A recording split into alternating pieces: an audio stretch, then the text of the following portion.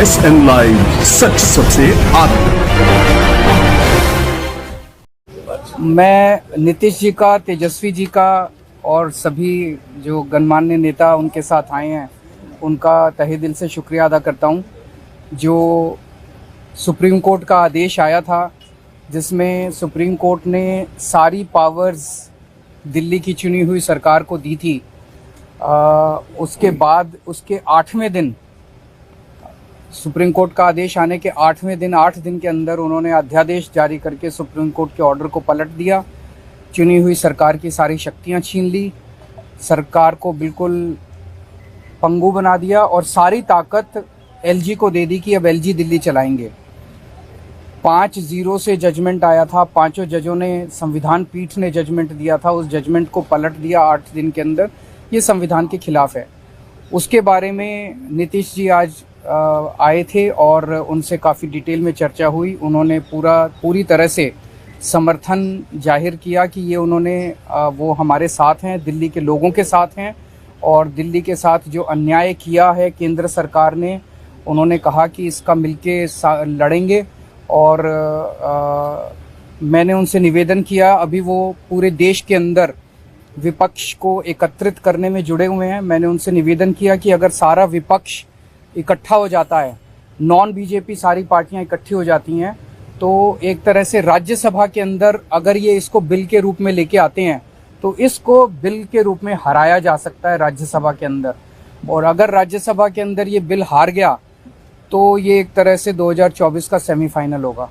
फिर एक मैसेज चला जाएगा पूरे देश के अंदर। ये बिल अगर हार जाता है तो मैसेज पूरे देश में जाएगा कि 2024 के अंदर बीजेपी की सरकार जा रही है। मैं बहुत अच्छा, तो हम लोग आए हुए थे यहाँ, तो आए ही थे आपसे मिलने के लिए और इनको काफी जो सुप्रीम कोर्ट का फैसला हुआ बहुत अच्छा लगा और हम लोग तो देखते ही रहे। अब उसके बाद जो कुछ भी करने की कोशिश हो रही है केंद्र सरकार के द्वारा, ये तो एक विचित्र बात है। अब आप जरा संविधान को देख लीजिए, क्या अधिकार है। जब गवर्नमेंट बनाई जाती है, इलेक्टेड सरकार बनती है, तो उनको जो अधिकार दिया गया है उसको कैसे आप हटा सकते हैं? ऐसा तो कुछ नहीं है। लेकिन अब किस तरह से हो रहा है, इसलिए तो हम लोग कह रहे हैं कि सारे देश में सब लोग एकजुट हों ताकि ये लोग संविधान का भी और किसी भी चीज का अपने ढंग से जो इधर से उधर कर रहे हैं और किस तरह का माहौल बन रहा है। अब दिल्ली में इनको लोगों ने किस तरह से बहुमत दिया है और किस तरह से सब लोग साथ हैं और हम लोग इस बात को मानते हैं कि काम कर रहे हैं, बहुत अच्छा काम कर रहे हैं। और उसके बाद सुप्रीम कोर्ट का भी फैसला हो जाए तो राज्य सरकार को जो अधिकार है काम करने का, उस काम को रोक दिया जाएगा। ये सब तो बहुत ही आश्चर्य का विषय।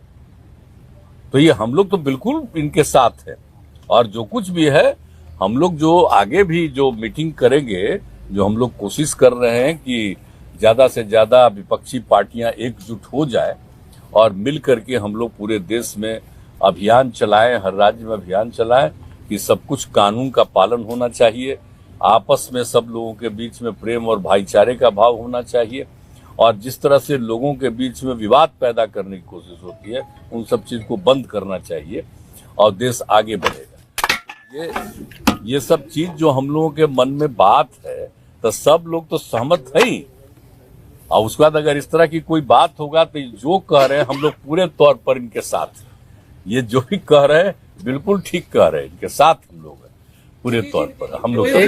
तेजस्वी जी देखिए, सारी बातें माननीय मुख्यमंत्री जी ने स्पष्ट रूप से कह ही दिया है।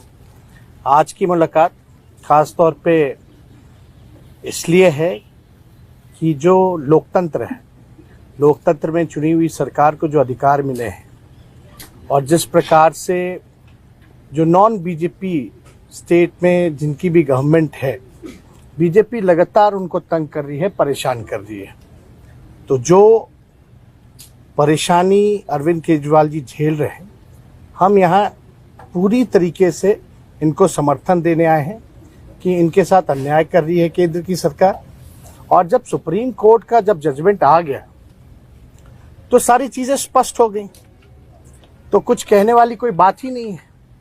लेकिन जिस प्रकार से इनको तंग किया जा रहा है या और दूसरे राज्यों में जिस प्रकार से केंद्र भेदभाव कर रही है उन राज्यों के साथ, तो ये कहीं से भी न्यायपूर्ण नहीं है।